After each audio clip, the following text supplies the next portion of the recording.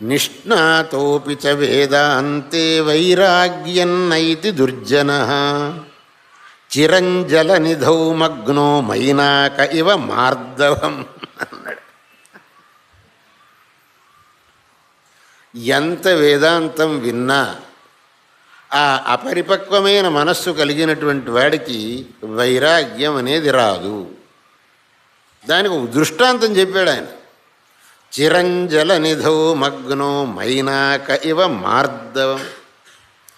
ఏదన్నా ఒక పదార్థాన్ని నీళ్లల్లో వేస్తే అది మెత్తబడుతుంది. సామాన్యంగా ఎటువంటి పదార్థమైనా నీళ్లల్లో ఎక్కువసేపు ఉంటే అది మెత్తబడుతుంది. కానీ మైనాక పర్వతం వేల ఏళ్లుగా సముద్రంలోనే ఉన్నది, కానీ ఏమాత్రం మెత్తబడలేదు.